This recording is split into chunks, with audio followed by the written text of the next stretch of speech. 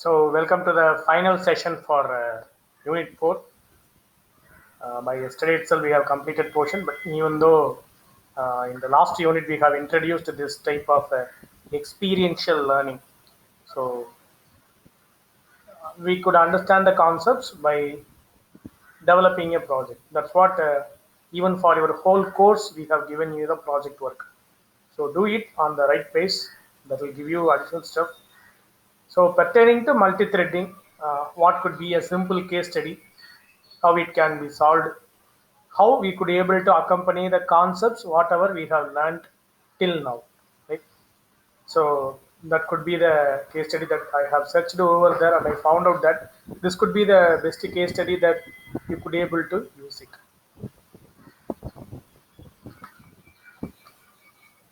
So I think you could able to see here two things, right?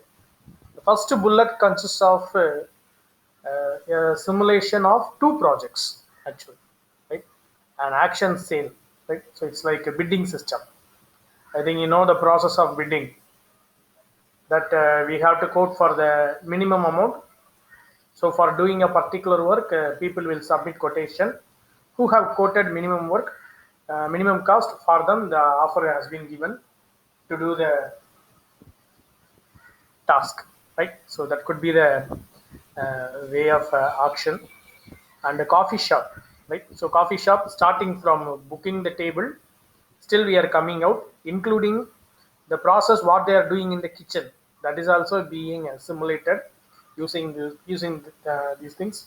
So what are all the methods that they plan to incorporate? Synchronization, the logs that what you have learned, wait, notify, thread executor, nothing but thread pooling, right? So atomic and non-blocking data structures, what are all being involved over there. These are the first two case studies that we'll discuss. Third one is using Akka framework, right? So what is the Akka framework that most probably will be thinking about? It is a API, okay?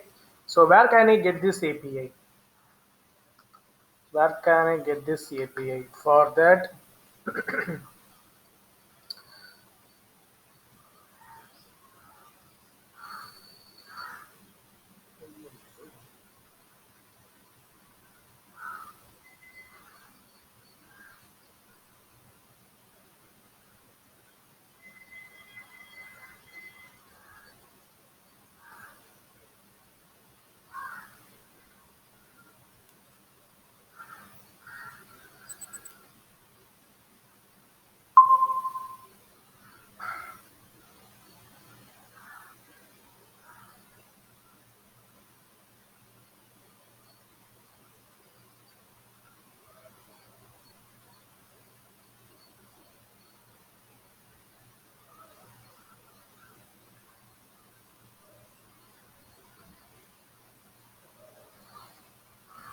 yes, this is the website will help you to download the framework, right?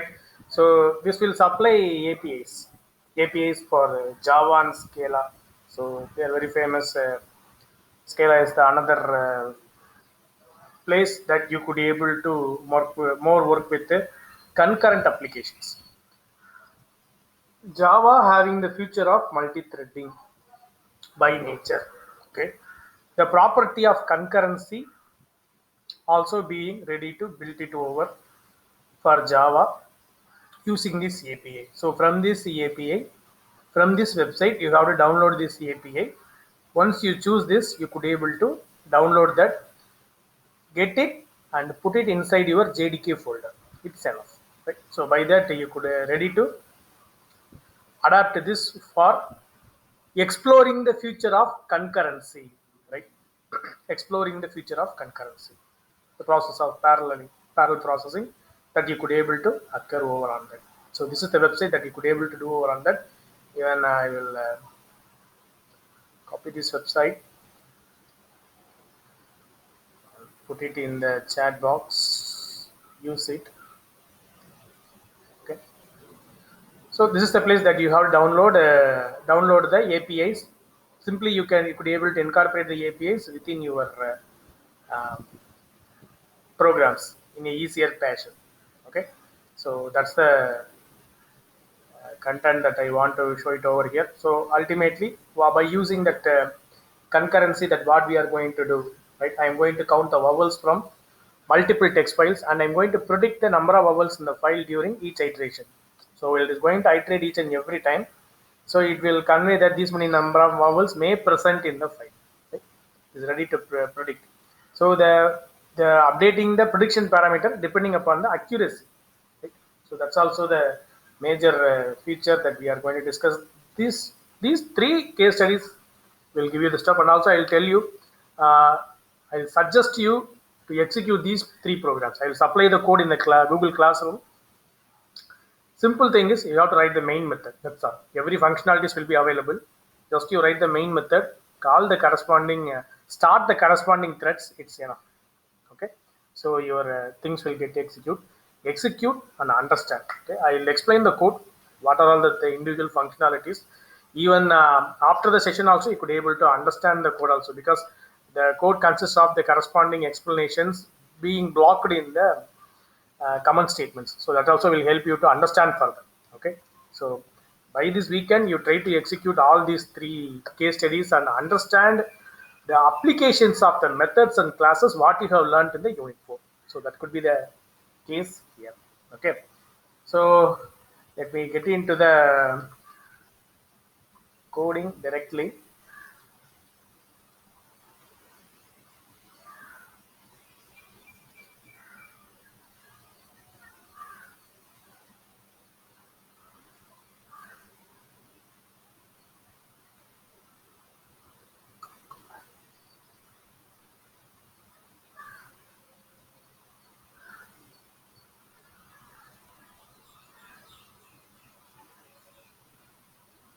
Right, this is your action simulation. They wrote independent classes. Okay, so whenever it is being need to be used, that you can use your own methodology, right? Either you can go for inheritance, or you can go for using creating packages you can import, right? It's as per your wish. So how you could be able to call and access, or simply you want to keep it as anonymous class and you want to call, you can call. That's as per your wish, that you could be able to move it forward. Okay, we'll start from there, right? So what are all the things? Even I have a query from the students. I think yesterday I explained you what is a class diagram, right? As well as you have one more modeling diagram that is called a use case diagram. Okay, use case diagram you will learn in object oriented analysis and design. In that paper you will learn use case diagram. What does this use case diagram will talk about? What are all the functional requirements of the projects? Every requirement will be converted into a use case. Okay.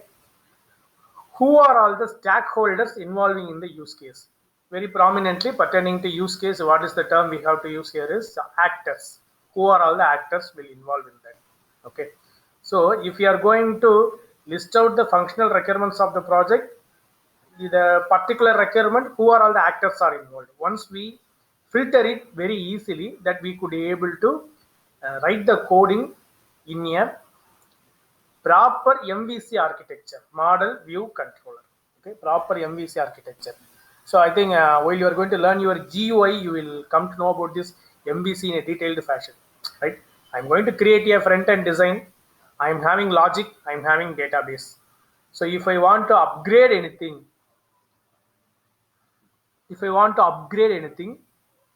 no need to disturb all these three coding environment. If you want to upgrade, work with the design alone. If you want to upgrade the business logic, work with the code corresponding to the main logic alone. If you want to change anything with the database, work with the database alone. This is what MVC architecture. Okay, so in that case, so this could be the idea that will list out whenever you are going to work with any case study or project. You are advised to do like this. See, in this section they have listed it out, the actors involved here, and the logics are being separated very easily, right? Identified and separated very easily. That's the point I want to stretch it here. So action server is the place where the action is going to happen. Okay, bidder. Okay, so that could be the class where you're able to see the process of bidding will happen. Okay, so client, so these are all the people who are going to submit their bids item. So that could be the corresponding item where everyone is ready to bid. Seller, who is going to launch this action. Okay, simulation, the entire process will be controlled from this simulation class. So that is a thing. So we will see it incrementally on this. So we go to the item.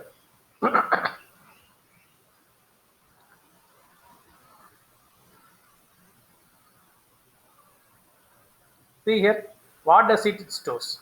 Stores the initial information for an item submitted for bidding. Okay. So what are all the items that they want to mention here? That means these are all the fields are necessary for me, right? Now it is visible for everyone clearly, or still I have to increase the font size? Yes.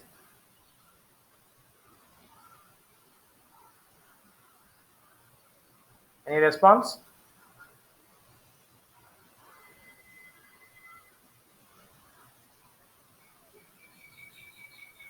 Okay,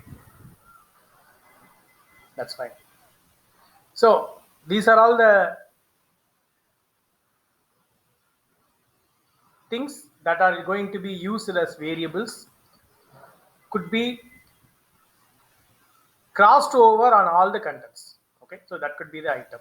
So here they are using these entries. Okay, since they have used a private, that they are going to use this to call it over on the subsequent variables.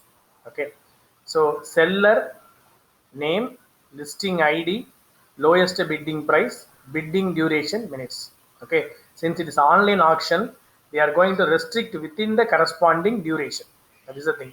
Normally, the bidding duration could be in days. Okay, so when it is happening in the environment. So this is the simple constructor which is ready to initialize these values. These are all the getter and setter methods that they have given, right? These are all the complete getter and setter methods for the variable what we have produced to over on that. Okay. So for all the variables, I am having this setter methods. Okay. See here. This is the place where we are incorporating the subsequent method. This bidding open, right? So this method will return true. Otherwise, it will return false based upon this boolean. What is the actual logic is going to be working on over on that? If the time elapsed from the moment the bidding started for this item is less than the bidding duration, it will return true, right? So it will help me to identify that particular bid is open or not. So that is the major case that they are ready to talk about. Okay, so that's the idea here, and you could be able to see that they are ready to compare the corresponding items.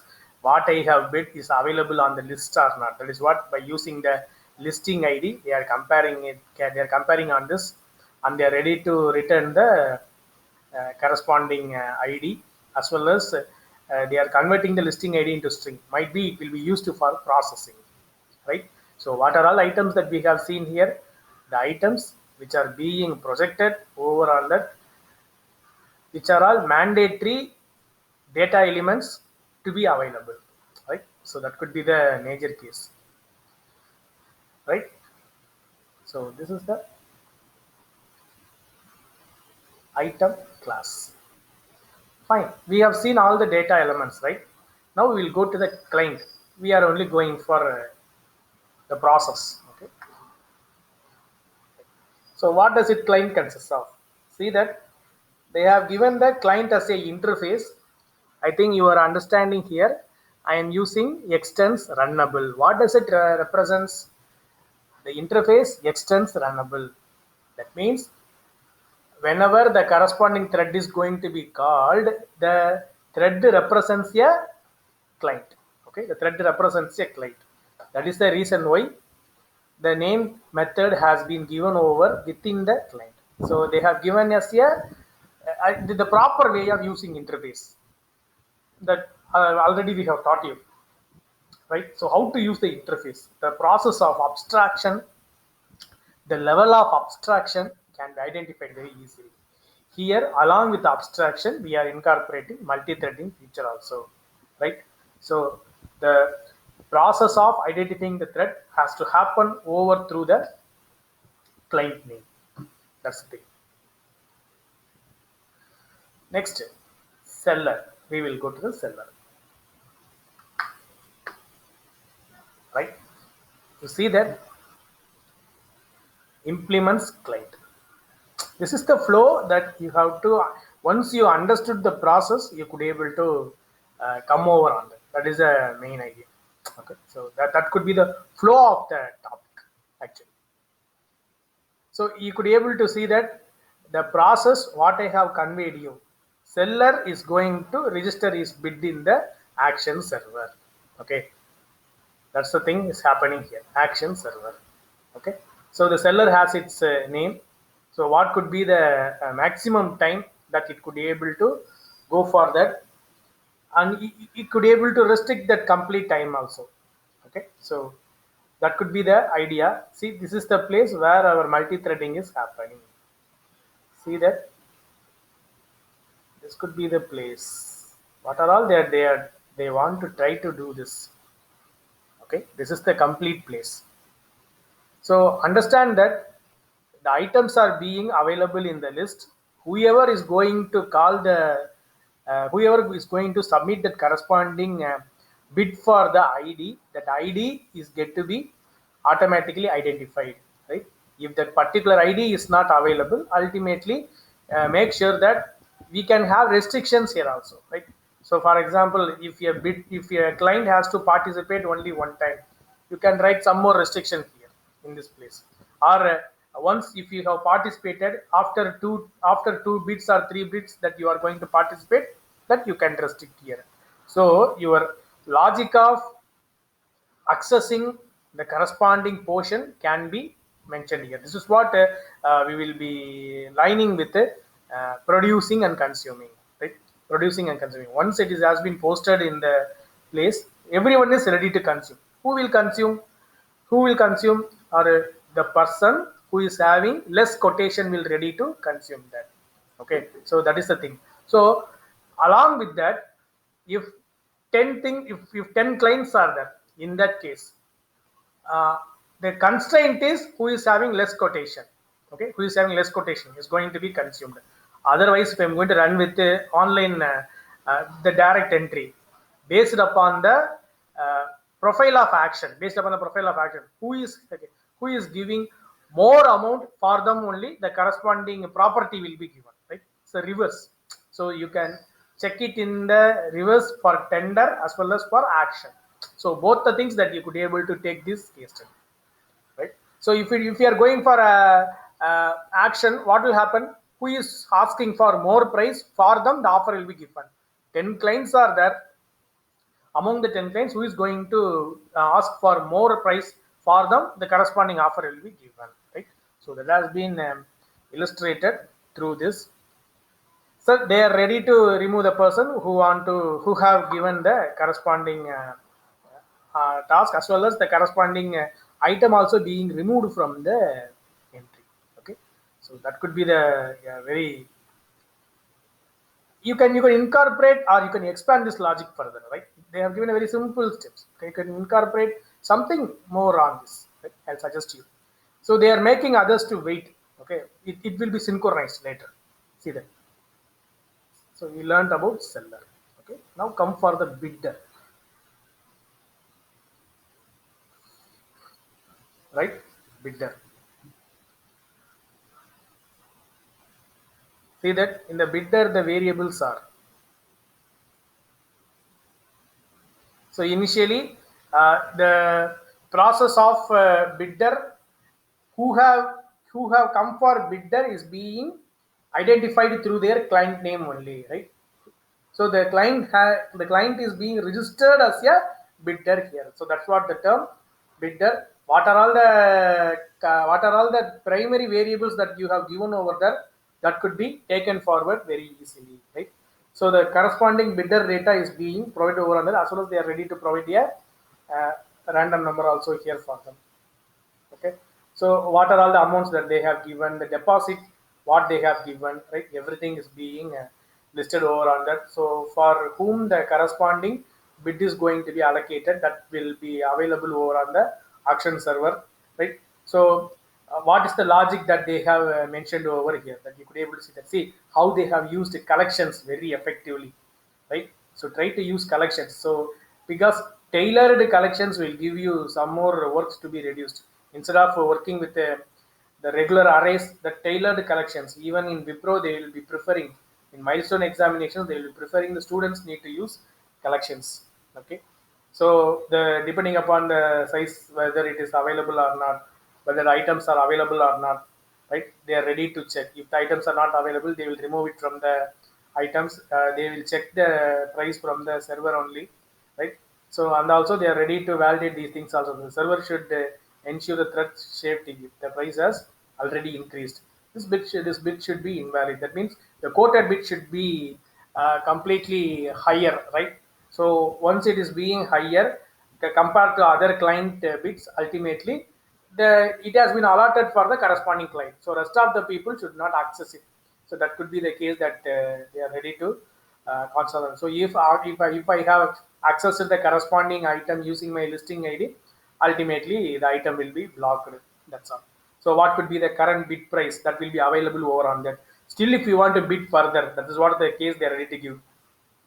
Still, if you want to bid further, if you quote a higher price among them, that see, this is a complex logic here. There are three categories they want to focus here. First one is tender, second one is online action, third one is continuous online action. That means I have quoted a I have quoted a price. No one have quoted that amount, right? I have quoted some X rupees. Rest of them have quoted compared to me lesser amount only, X minus Y. So that much amount only that they have quoted. Someone will come and they will ask X plus yes, X plus Z. If they are going to ask that amount, the corresponding thing will be moved forward, right? So even likewise also you could able to change your convention, right? So that could be the case that here they are ready to calculate the final price by subtracting the amount that what you have submitted.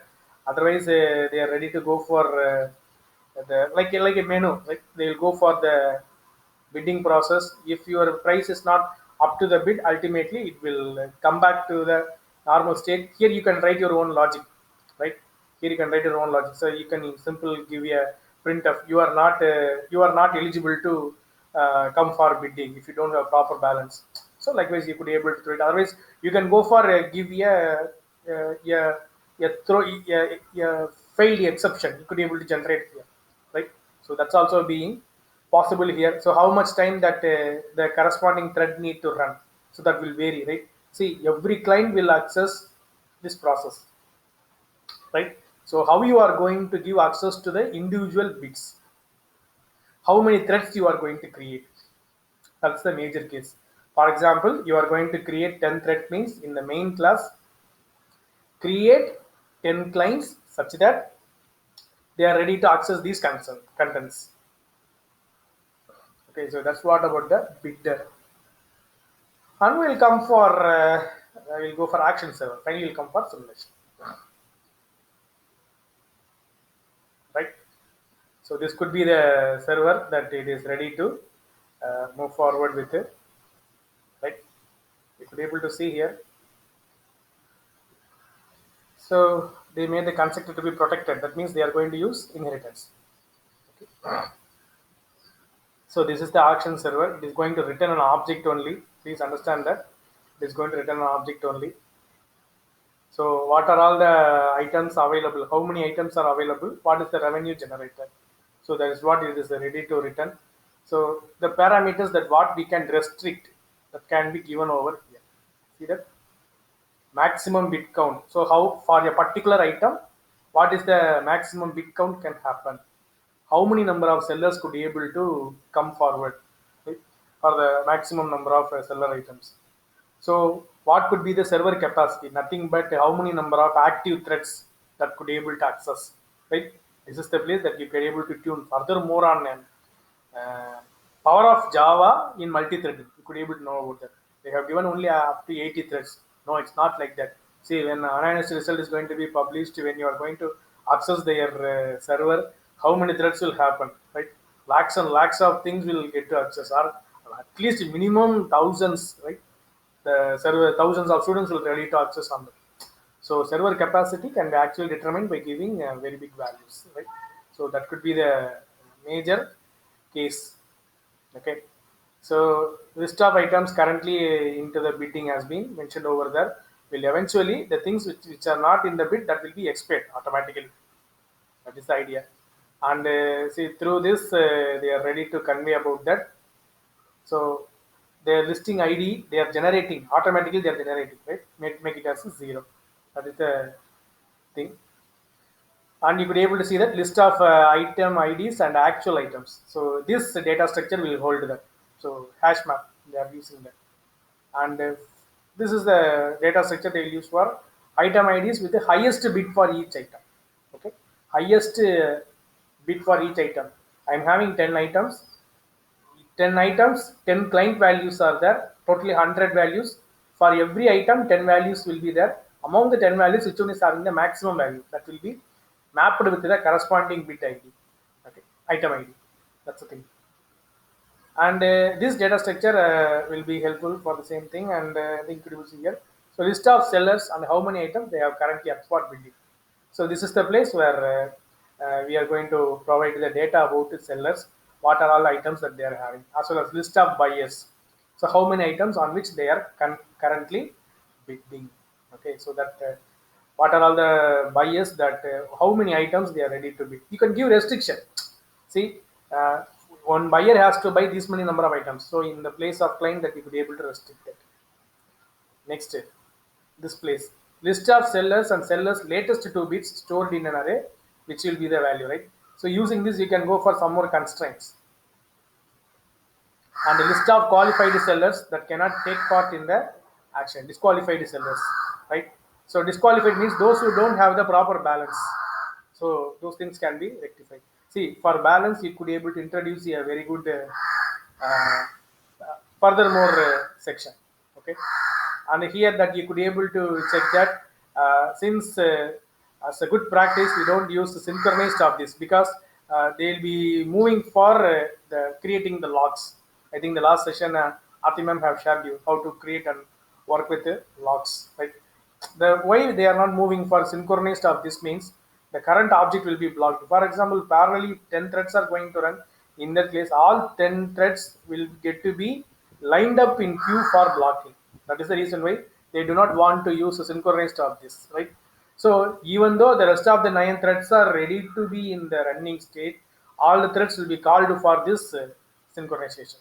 So that's the unnecessary thing. That's the reason why they're ready to deserialize and keep forward. Okay, so that could be the case, and other things, right? So what are all the constraints that we could be able to move over on them? This could be the place, right? So make sure there's a room in the action side. If the seller is a new one, add item to the list of sellers, right? If the seller is going to register that you are going to work with them. If the seller has too many items for bidding, don't let them add this one. So what does it mean? So you could be able to restrict the list. These are all the places where they want to reduce their constraint. Okay, so that could be the idea. So don't forget to increment the number of things the seller has currently increased. If you want to do any changes here, you come and change the values here. That is what they want to represent, right?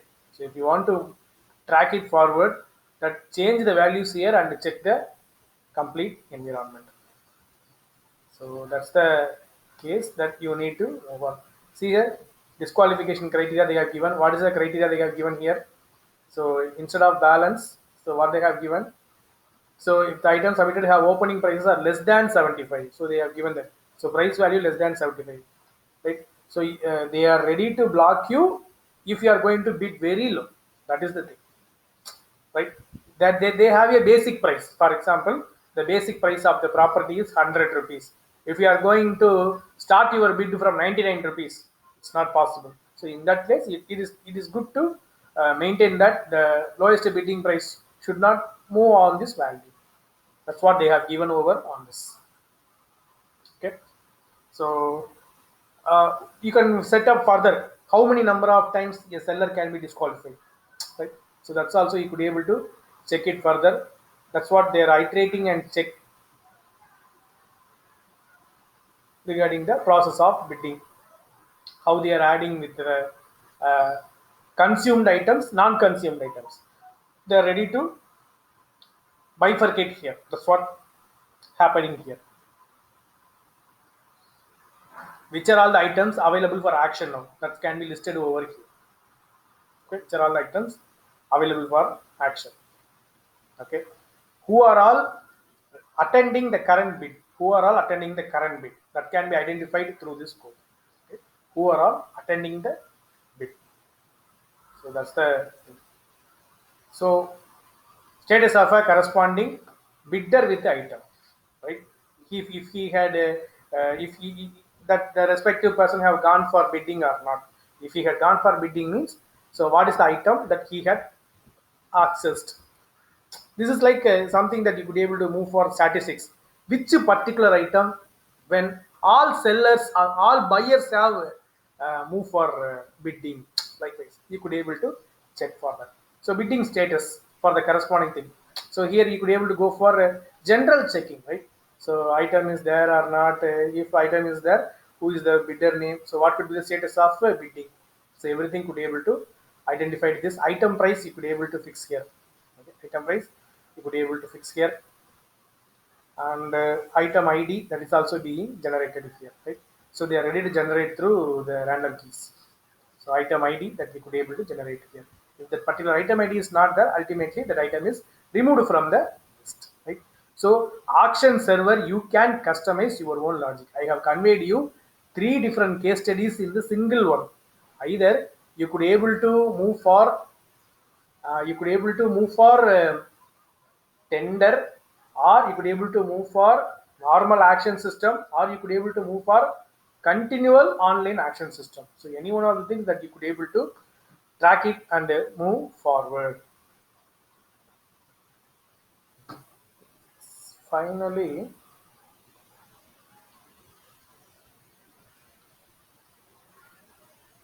yes, this could be the place that you could able to see your name. Okay, so I think for this work I have given you the name that you could able to see that number of sellers, number of bidders that you could able to see has to be restricted here. So the thread is being mapped by the corresponding people. So sellers and bidders are being mapped with the thread object. You could able to see that. I have started all the threads of sellers, right?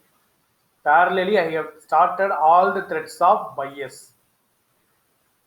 Okay, sellers and buyers, both the threads have been started. So please remember that parallelly these many number of threads are working. How many number of threads? 50 and 20. These many number of threads. Just you change these values and see the nature of threading. If the here you will be able to see sellers are 50, bidders are only 20. Try to change. Try to give higher, give a competitive bidding. In that case, how this program will behave, that you could be able to see that. The process of learning join, thread join, right? Here they have given. That means the process is streamlining here. Okay. Sellers. Likewise, I am streamlining the bidders also using the join method, thread join, right?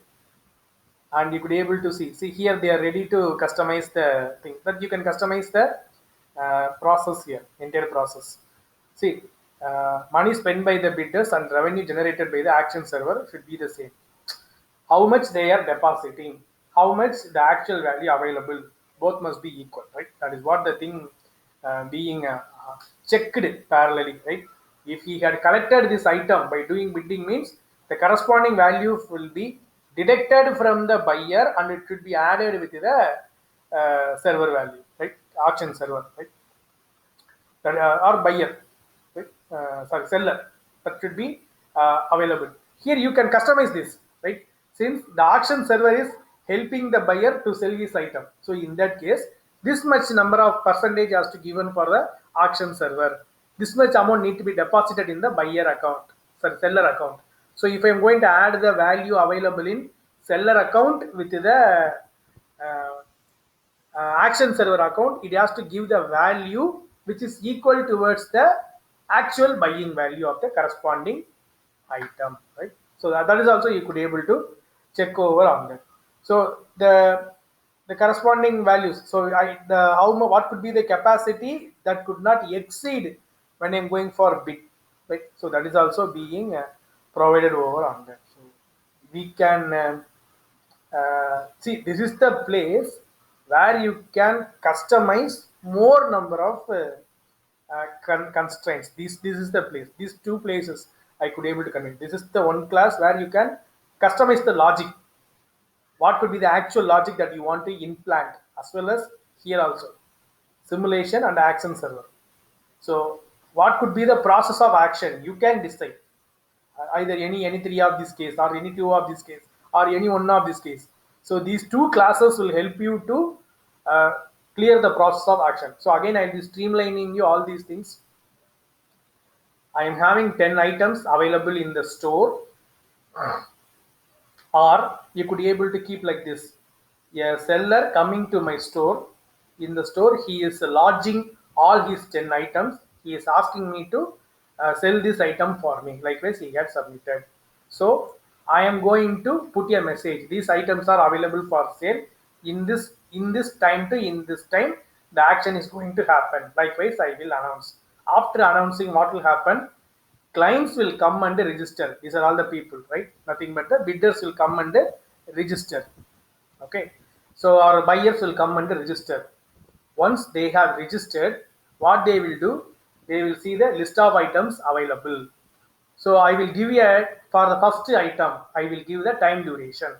From this time to this time, you can bid. That means they will quote the values for the corresponding item one.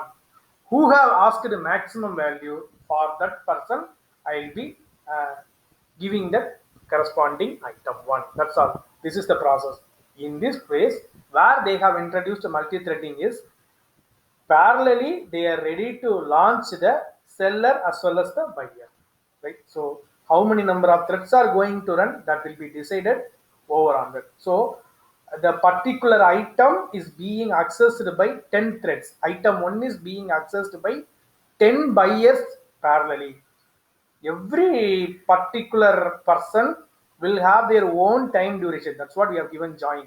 They have their own time duration to give their bid, but within the time period, the seller will find out the which person has the highest value of bidding for that person. The amount, the item will be given over on that. Once the item is submitted towards that person, automatically what will happen? The person will provide the money for me. So the money will be trifurcated in two cases. The store will, the action server will take some amount. The remaining amount will be sent towards the seller, right? So this could be the process. Likewise, I am going to iterate for all the items, as well as here I am going to implant some constraints. These many number of sellers could be able to move forward. This many number of, already this person have taken a auction, so he is not eligible to go for action further. This item has been completed action, so remove that item from the item list. These are all the processes being involved over on the corresponding environment, right? This could be the simple work being given over on that. And coffee shop simulation, likewise, I have given you the complete section. Please go through that. I found this could be some more interesting and easier here. Occupying the table in coffee shop, right? The place where we can introduce my multi-threading. How many number of coffee making machines are available? How many number of orders have come? Right? How many number of orders have come? Everything can be performed through multi-threading. How to access the billing machine? Even when customers are going to come, how the billing machine is going to be shared? This is what ma'am have explained you. Deadlock. Only one billing machine is available, but 10 bills are going to come parallelly. Who will be given the first place to use that? When bill one is going to be printed in the machine, bill rest of the customers have to wait. Okay, and the rest of the customers must know that machine is under utilization and it is being used by build 1. That must be known towards them. Otherwise, this process will go for starvation, right? So, likewise, I think when you go through along the code, you could be able to come out this, and this is the thing that I want to have. But during time shortage, even I will share this code. Nothing to worry. So, counting vowels is a very easy logic that everyone could be able to write. But the thing is how it can be going to apply it on the multiple text files. Here they have given list of 10 files are available. Every file has here a simple paragraph that you are going to access and use it. So before you are going to execute this program, kindly download that API and start working that. So parallelly it will work on all these 10 files and it will ready to predict what could be the number of vowels will be available in the particular file. Okay, so that could be the case. I will share the code along with the PPT what we have handled today. Kindly go through and execute this. Right? Thank you. If you have any doubts, you can post here.